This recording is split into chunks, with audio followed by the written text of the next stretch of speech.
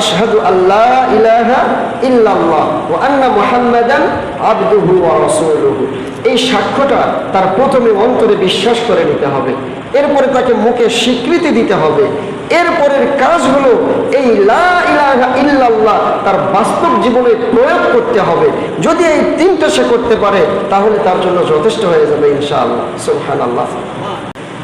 সম্মানিত সমবেত মুসল্লিবৃন্দ, আজকে আমি আপনাদের সম্মুখে পবিত্র জুমায় যে বিষয়ে আলোচনা করব খুবই গুরুত্বপূর্ণ একটি বিষয়, সেটা হলো আল ইলমু আ'যামুন নি'আম। যে দুনিয়াতে যত নিয়ামত রয়েছে তার মধ্যে অন্যতম একটি নিয়ামত হলো আল ইলম, জ্ঞান অর্জন করা, জানা।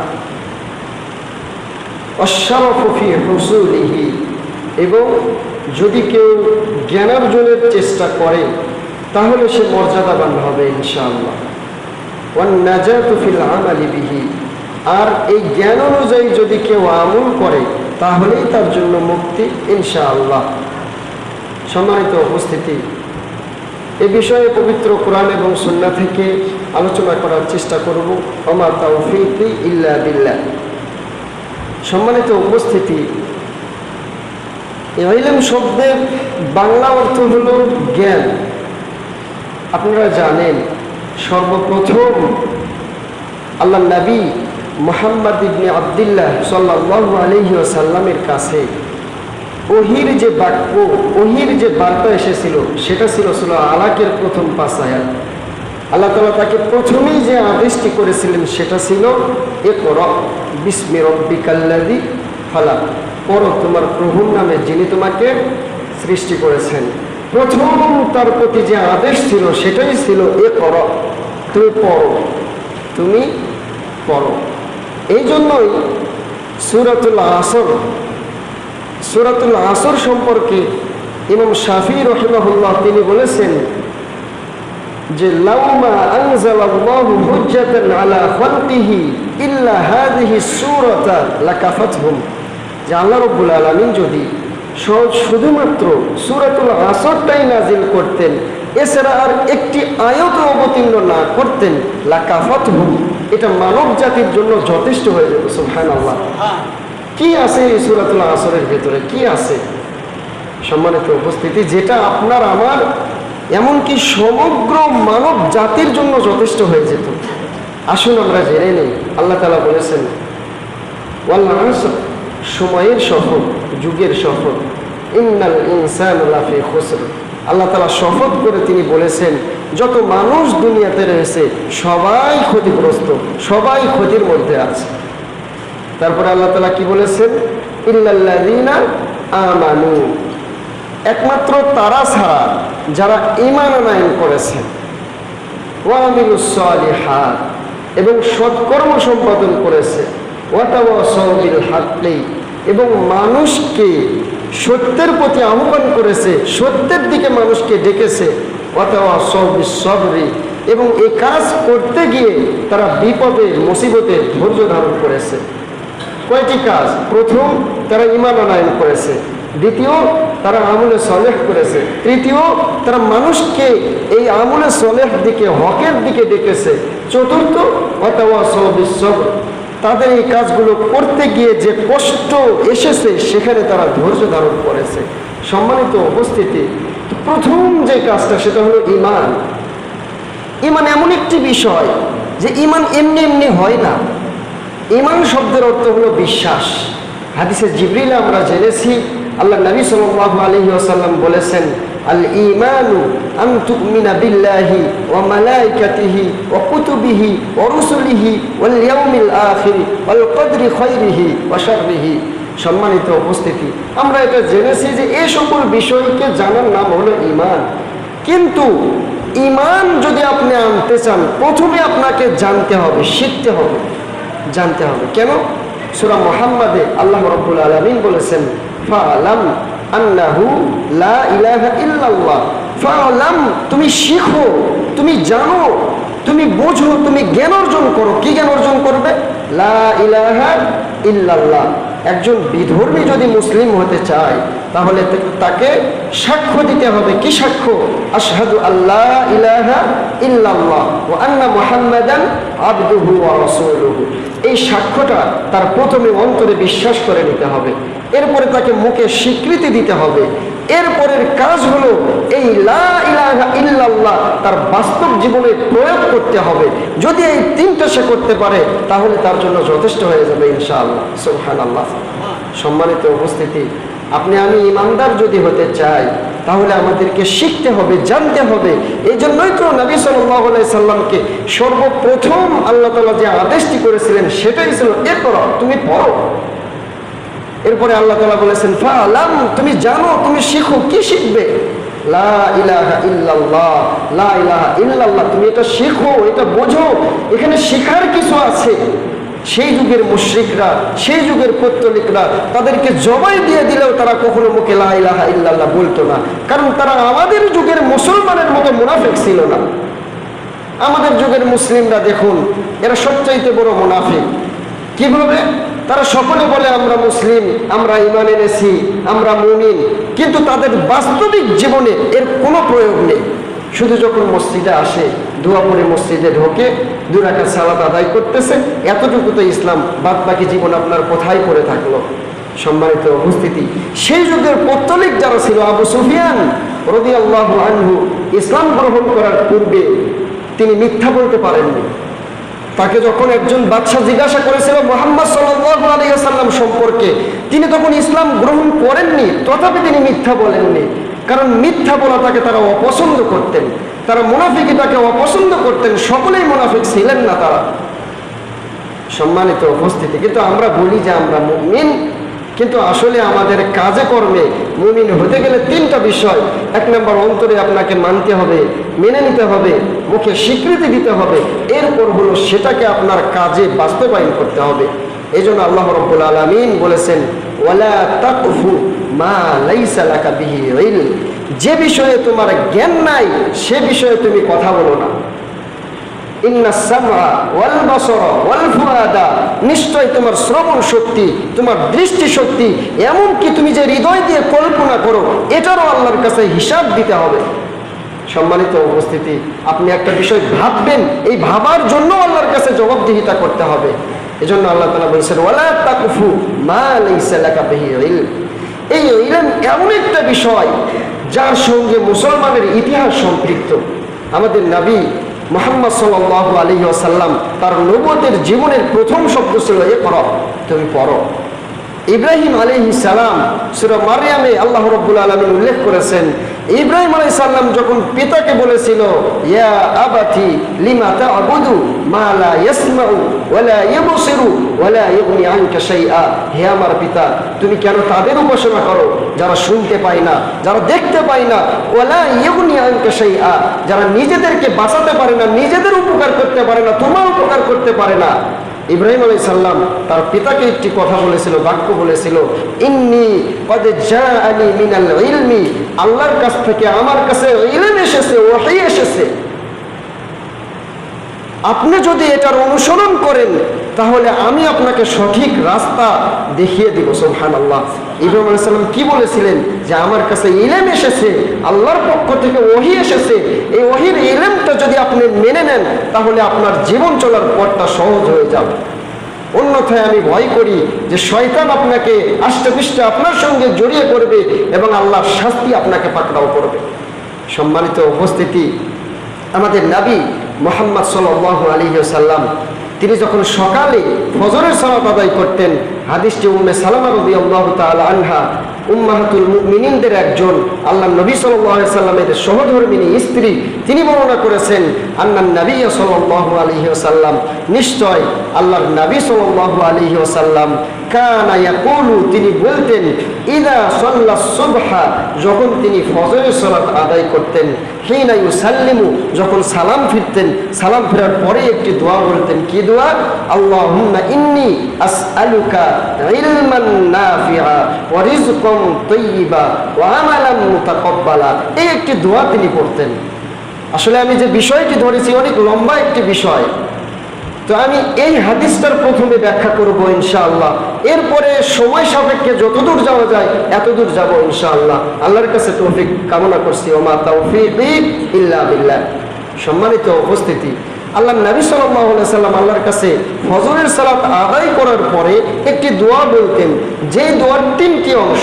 প্রথম অংশ, আল্লাহুম্মা ইন্নী আসআলুকা, আল্লাহ আমি আপনার কাছে চাচ্ছি ইলমান নাফিআ, উপকারী জ্ঞান। আমি জ্ঞান চাচ্ছি। কোন জ্ঞান? উপকারী জ্ঞান। কারণ জ্ঞান দুই ভাগে বিভক্ত, একটা হলো ইলমুন নাফি', আরেকটা হলো ইলমুদ-দার। যেমন সূরাতুল বাকারাতে আল্লাহ তাআলা বর্ণনা করেছেন, ফায়াতাআল্লামুনা মিনহুমা মা ইউফাররিকুনা বিহি বাইনাল মারই ওয়া যাওজিহি, যে তারা তাদের কাছ থেকে শিখতেন এমন কিছু জ্ঞান, যে জ্ঞানের মাধ্যমে তারা স্বামী আর স্ত্রীর মাঝে ঝগড়া বিচ্ছেদ সৃষ্টি করত। নাউযু বিল্লাহ। এটা একটা জ্ঞান। এটা কোন জ্ঞান? ইলমুদ-দার, ক্ষতিকারী জ্ঞান। সেটা আল্লাহ নবী সাল্লাল্লাহু আলাইহি সাল্লাম বলতেন, আল্লাহুম্মা ইন্নী আসআলুকা ইলমান নাফিআ, আল্লাহ তোমার কাছে উপকারী জ্ঞান চাই। তো এই উপকারী জ্ঞান, এই প্রথম অংশটা পরের দুই অংশের উপরে সম্পূর্ণরূপে নির্ভরশীল। অর্থাৎ প্রথম অংশ যদি আপনার ঠিক না থাকে, পরের দুই অংশ কখনোই আপনার ঠিক হবে না। কিভাবে? এর পরের অংশ আল্লাহ নবী সাল্লাল্লাহু আলাইহি সাল্লাম বলতেন, ওয়া আমালান সালিহ, আল্লাহুম্মা ইন্নী আসআলুকা ইলমান নাফিআ ওয়া রিজকান তাইয়্যিবা। দ্বিতীয় চাওয়া ছিল, হে আল্লাহ তুমি আমাকে পবিত্র রুজি দান করো, পবিত্র রিজিক দান করো। রিজিকটাও দুই প্রকার, একটা হচ্ছে খবিজ, আরেকটা হচ্ছে তাইয়্যিব। তৈয়বটা হলো পবিত্র, আর খবিজটা হলো অপবিত্র। এখন বাংলার মুসলমান তারা পবিত্র অপবিত্র বোঝে না, তারা খবিজ বোঝে না। তারা বোঝে কোনটা আপোষে দিল, কোনটা জোর করে নেওয়া হলো। আপনাকে আপোষে বিপদে ফেলে একজন ব্যক্তি বিপদগ্রস্ত হয়ে আপনার কাছে বাধ্য হয়ে সুদের টাকা গ্রহণ করতেছে, আপনি হয়তো বলতে পারেন যে আমি তো তাকে বাধ্য করিনি যে তুমি আমার কাছ থেকে সুদের উপর টাকা করছো না। সম্মানিত উপস্থিতি, এটা কি পবিত্র রিজিক হবে? এটা হবে রিজকুল খবিজ, অপবিত্র। এই মর্মে সহিহ মুসলিমে একটি হাদিস বর্ণিত হয়েছে, আল্লাহ নবী সাল্লাল্লাহু আলাইহি ওয়াসাল্লাম বলেছেন, আইয়ুহান নাস, হে মানুষেরা, ইন্নাল্লাহা তাইয়্যিবুন, নিশ্চয় আল্লাহ তারা পবিত্র, লা ইয়াকবালু ইল্লা তাইয়্যিবান, তিনি পবিত্র ছাড়া কোনো কিছু গ্রহণ করে না। এবং আল্লাহ তাআলা তিনি নবীদেরকে যে আদেশ করেছেন, মুমিনদেরকে একই আদেশ করেছেন, ইয়া আইয়ুহার রুসুলু কুলু মিনাত তাইয়্যিবাতি ওয়া'মালু সালিহা, হে রাসূলগণ তোমরা পবিত্র রিজিক থেকে ভক্ষণ করো এবং তোমরা সৎকর্ম করো। এই হাদিসের শেষ অংশ একজন ব্যক্তির কথা তিনি উল্লেখ করেছেন এই হাদিসে, যে একজন ব্যক্তি তিনি সফরে আছেন, সফরে থাকার পরে আশআফা আগবার, সে ব্যক্তি ক্লান্ত, তার শরীরে সে যে সফর করে আসছে তার চিহ্ন স্পষ্ট। এই ব্যক্তি দুহাত উত্তোলন করে আল্লাহর কাছে প্রার্থনা করে, ইয়া রব্বি ইয়া রব্বি ওয়া মাতআমুহু হারামুন ওয়া মাশরাবুহু হারামুন ওয়া গুযিয়া বিল হারামি ফাআন্না ইস্তাজাবু লিযালিক।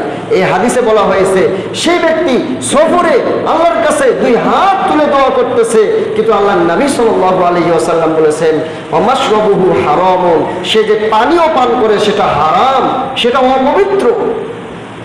ওয়া মাতআমুহু হারামুন, সে যে রুজি ভক্ষণ করেছে সেটা অপবিত্র। ওয়া মালবাসুহু হারামুন, সে যে পোশাক পরিধান করে আছে এটাও অপবিত্র। ওয়া গুযিয়া বিল হারামি, হারাম খেয়ে সেও তার শরীরটাকে বৃদ্ধি করেছে। ফাআন্না ইস্তাজাবু লিযালিক, আল্লাহ তাআলা কি করে তার দোয়া কবুল করে। সম্মানিত উপস্থিতি, যে উপকারী জ্ঞানের পরে আল্লাহ নবী সাল্লাল্লাহু আলাইহি ওয়াসাল্লাম দোয়া করেছেন ওয়া রিজকান তাইয়্যিবা, যে আল্লাহ তুমি আমাকে পবিত্র রিজিক দান করো, ওয়া আমালান মুতাকাব্বালা, এরপর যেটা হলো যে এমন কাজ আমাকে করার তৌফিক দান করো যেটা তুমি আল্লাহ গ্রহণ করবে, যেটা তুমি আল্লাহর কাছে অ্যাকসেপ্টেবল। সুবহানাল্লাহ। সম্মানিত উপস্থিতি, প্রথমে আপনাকে জানতে হবে যে আমি যে রুজিটা অন্বেষণ করতেছি এটা বৈধ না অবৈধ, এটার জন্য আপনার জ্ঞানের প্রয়োজন। আপনি যে আমল করবেন, আমল আল্লাহর কাছে তখনই গৃহীত হবে যখন তার মাঝে দুইটা বিষয় থাকবে। এক নম্বর হলো আইয়াকুনা খালিসান লিল্লাহ, আইয়াকুনা খালিসান লিওয়াজহিল্লাহ, যেটা একমাত্র শুধুমাত্র আল্লাহ তাআলার উদ্দেশ্যে হবে যেটা। দুই নম্বর হলো মুতাবাআতুর রাসূল, যে কাজটাতে পদ্ধতি হবে রাসূল সাল্লাল্লাহু আলাইহি ওয়াসাল্লামের দেখানো পদ্ধতি। তো দেখুন যে জ্ঞানের গুরুত্ব কত বেশি। আপনি যদি না জানেন যে এটা রাসূলের পদ্ধতি কিনা, তাহলে কিভাবে বুঝবেন যে এটা রাসূলের পদ্ধতির বাইরে না ভিতরে? কিভাবে বুঝবেন যে এটা আল্লাহ তাআলার জন্য হচ্ছে কি হচ্ছে না? এটা কি রিয়া হচ্ছে নাকি একনিষ্ঠভাবে আল্লাহর জন্য হচ্ছে? তো সকল ক্ষেত্রে সর্বপ্রথম যেটা করণীয় সেটা হলো জ্ঞান অর্জন করতে হবে। এই উপকারী জ্ঞান আপনাকে নির্ণয় করে দিবে কোন কাজটা আপনার জন্য সঠিক এবং কোন কাজটা আপনার জন্য ব্যাঠিক। এখানে কিছু বিষয় রয়েছে যে আপনি শুধু সকালে দোয়াটা পড়লেন, বাদবাকি সময় চেষ্টা করলেন না, এমন না। প্রথমে আল্লাহর কাছে আপনাকে ফজরের সালাত পড়ে দোয়া করার পরে আপনাকে এই অর্জনের জন্য প্রচেষ্টা চালিয়ে যেতে হবে। আপনি শুধু দোয়া করেন আল্লাহুম্মা ইন্নী আসআলুকা ইলমান নাফিআ, সারাক্ষণ পড়েন, কিন্তু জীবনে কোনো দিন একটা বই হাতে নিয়ে পড়ার চেষ্টা করেননি। জীবনে কোনো দিন কোনো শাইখ মাশায়েখের কাছে দার্সে উপস্থিত হননি, কোনো ভালো আলেমের কাছে গিয়ে বসেননি, কাউকে জিজ্ঞাসা করেননি যে আমি কিভাবে ওযু করব, আমার সালাতটা হচ্ছে কি হচ্ছে না, আমি কিভাবে যাকাত দেব, আমার সম্পদের যাকাতের পরিমাণ কতটুকু। আপনাকে দোয়া করতে হবে আল্লাহর কাছে, এরপরে আপনার প্রচেষ্টা করতে হবে। যখন আপনি এভাবে দোয়ার পরে প্রচেষ্টা করবেন, এরপরে আল্লাহ সুবহানাহু ওয়া তাআলা আপনাকে ইনশাআল্লাহ সঠিক ইলম দান করবেন। আল্লাহ তাআলা আমাদেরকে এর লোকদের অন্তর্ভুক্ত করুন, আমিন। সম্মানিত উপস্থিতি, এই জন্য দেখুন যে পবিত্র রিজিক এবং উত্তম আমল, গ্রহণীয় আমল আল্লাহর কাছে করার জন্য আপনাকে জ্ঞান অর্জন করতে হবে। এই জন্য ইমাম বুখারী রাহিমাহুল্লাহ তিনি বলেছেন আল ইলমু ক্বাবলাল কওলি ওয়াল আমালি। সহিহ বুখারীতে একটি অধ্যায় রচনা করেছেন এই নামে যে আল ইলমু ক্বাবলাল কওলি ওয়াল আমালি। জ্ঞান অর্জনটা হলো কথার এবং কাজের পূর্বে। আপনাকে আগে জানতে হবে, জানার পরে আপনাকে বলতে হবে, এরপরে আপনাকে আমল করতে হবে। এবং সহিহ মুসলিমের যায়েদ ইবনে আরকাম রাদিয়াল্লাহু তাআলা আনহু হাদিসটি বর্ণনা করেছেন, রাসূল সাল্লাল্লাহু আলাইহি সাল্লাম আরেকটি দোয়া পড়তেন আল্লাহুম্মা ইন্নী আউযু বিকা মিন ইলমিন লা ইয়ানফা ওয়া মিন কলবিন লা ইয়াখশা ওয়া মিন নাফসিন লা তাশবা ওয়া মিন দুআইন লা ইসমা। এই হাদিসে আল্লাহর নবী সাল্লাল্লাহু আলাইহি সাল্লাম চারটি বিষয় থেকে আল্লাহর কাছে আশ্রয় চাইতেন। তার মধ্যে একটি হলো আল্লাহুম্মা ইন্নী আসআলুকা ইলমান, আল্লাহুম্মা ইন্নী আউযু বিকা মিন ইলমিন লা ইয়ানফা। আল্লাহ তুমি আমাকে ওই জ্ঞান দিও না যে জ্ঞান কোনো উপকারে আসে না, যে জ্ঞান উপকারী নয়, এটা তুমি আমাকে দিও না, এটা থেকে আমাকে দূরে রাখো। অমিন কলবিন লা তাকশা লা ইয়াকশা, এবং ওই হৃদয় যে হৃদয় তোমার ভয়ে ভীত হয় না। অমিন নাফসিন লা তাশবা, ওই নফসের অধিকারী আমাকে করেন না যে নফস কখনো পরিতৃপ্ত হয় না। অমিন দুআইন লা ইসমা, ওই লোকদের অন্তর্ভুক্ত করেন না যারা দোয়া করলে যাদের দোয়া আল্লাহ তাআলা গ্রহণ করেন না। সম্মানিত উপস্থিতি, আসলে এই ইলমটা এটা আল্লাহ তাআলার দেওয়া নিয়ামতগুলোর অন্যতম একটা নিয়ামত, যেটার মাধ্যমে আল্লাহ রাব্বুল আলামিন আমাদের সর্বপ্রথম সৃষ্টি মানব যিনি আমাদের সকলের পিতা আদম আলাইহিস সালাম, তাকে আল্লাহ তাআলা শ্রেষ্ঠত্ব দিয়েছিলেন ফেরেশতাদের উপরে। সেখানেও আল্লাহ তাআলা তাকে ইলম শিক্ষা দিয়েছিলেন। আল্লাহ তাআলা বলেন ওয়া আল্লামা আদামাল আসমাআ কুল্লাহা সুম্মা আরাদাহুম আলাল মালায়েকা। আল্লাহ তাআলা আদম আলাইহিস সালামকে সকল কিছুর জ্ঞান শিক্ষা দিলেন, এরপরে তাকে ফেরেশতাদের সামনে উপস্থাপন করলেন। সুবহানাল্লাহ। এবং আল্লাহ তাআলা বলেছেন ওয়ালাকাদ কাররামনা বানি আদামা, আমি আদমের সন্তানকে শ্রেষ্ঠত্ব দিয়েছি, তাদেরকে আমি উত্তম করেছি। কিভাবে? কাররামনা বানি আদম ওয়া হামালনাহুম ফিল বাররি ওয়াল বাহরি, এবং তাদেরকে আমি জলে স্থলে তারা যেন বিচরণ করতে পারে সেই শিক্ষা তাদেরকে দিয়েছি। ওয়া রাযাকনাহুম মিনাত তাইয়্যিবাত, এবং তাদেরকে পবিত্র রিজিক দিয়েছি। সম্মানিত উপস্থিতি, এই আয়াতের ব্যাখ্যায় বলা হয়েছে যে আদম আলাইহিস সালামের সন্তান যারা মানব জাতি, তাদেরকে দুইটা বিষয় দিয়ে শ্রেষ্ঠত্ব দান করা হয়েছে। তার মধ্যে একটা হলো যে আদম আলাইহিস সালামকে ফেরেশতারা সিজদা করেছে এবং আদম আলাইহিস সালামকে আল্লাহ রাব্বুল আলামিন ইলম দান করেছেন। সম্মানিত উপস্থিতি, তো আজকে আর আলোচনা দীর্ঘায়িত করব না, এ পর্যন্তই। পরিশেষে আপনাদেরকে আজকের আলোচনার মূল যে বিষয়গুলো আমি বলতে চাচ্ছি সেটা হলো রাসূল সাল্লাল্লাহু আলাইহি সাল্লামের শেখানো একটি দোয়া, আল্লাহুম্মা ইন্নী আসআলুকা ইলমান নাফিআ ওয়া রিজকান তাইয়্যিবা ওয়া আমালান মুতাকাব্বালা। আমরা যেন ফজরের সালাত আদায় করে এই দোয়াটি পড়তে পারি, আল্লাহ যেন আমাদেরকে তৌফিক দান করেন। এবং দোয়াটি পড়ার পরে এটার জন্য প্রচেষ্টা করতে হবে।